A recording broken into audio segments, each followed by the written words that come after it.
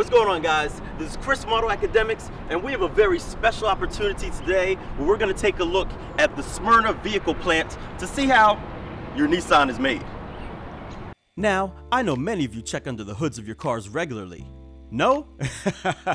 Alright, who am I kidding? Besides admiring the aesthetic beauty of many of today's engines or checking for the random and rare fluid leak, I don't either.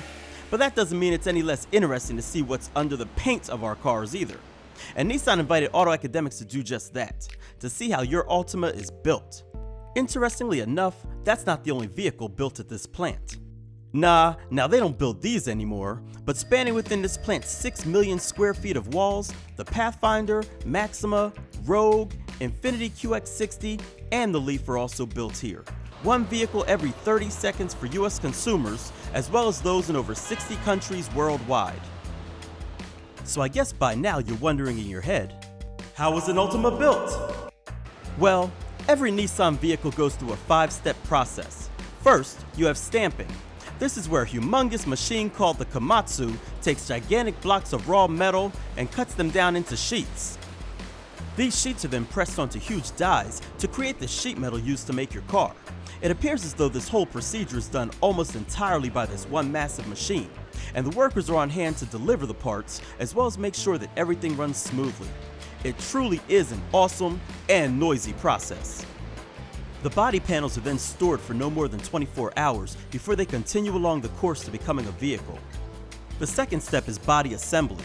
During this process, robots laser weld the panels together with exact precision. The sparks flying all around reminded us that this can be a very dangerous environment if the correct precautions are not taken. So it's worth mentioning that this Nissan plant prides itself in being a safer and efficient site for its employees, providing not only on-site medical, but security, exercise, food, and a credit union too.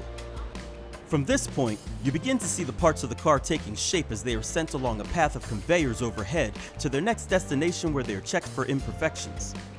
Here, bright lights enable workers to meticulously identify and grind out rough areas on the metal, and in the pursuit of the highest quality possible, the robots themselves even have supervisors. Automated arms with pencil-like probes periodically perform dimensional analysis, which are basically random quality checks for stamping accuracy and weld precision. Once the body and white process has been completed, the vehicle bodies continue their journey to the third step, which is paint.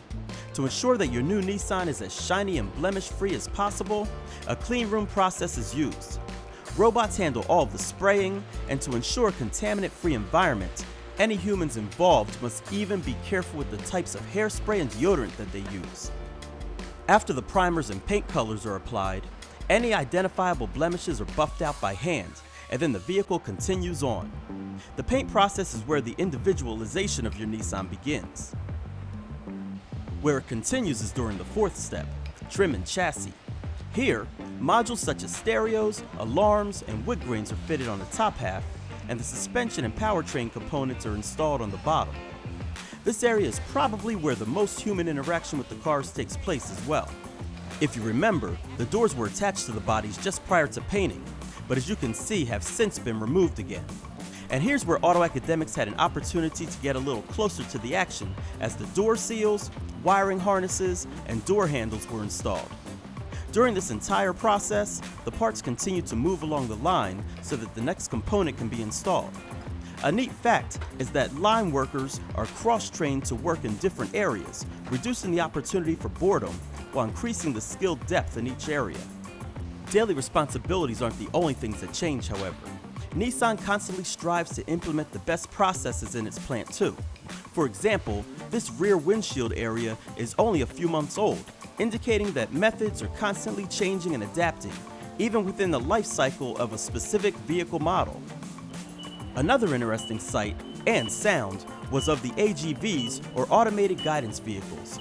You've probably heard them already, as these flat platform-like vehicles beep to announce their presence as they deliver all forms of parts and materials to their pre-programmed destinations.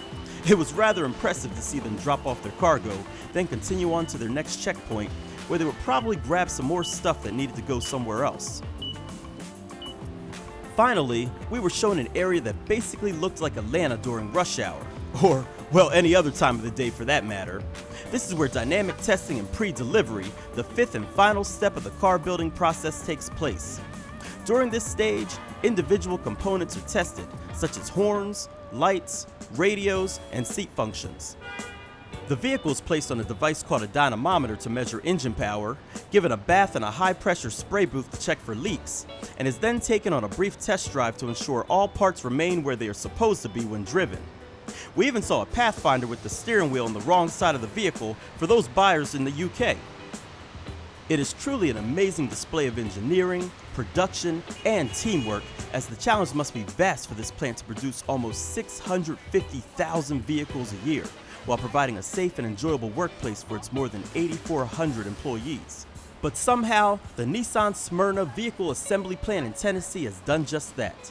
This is Chris from AutoAcademics. Thanks for watching.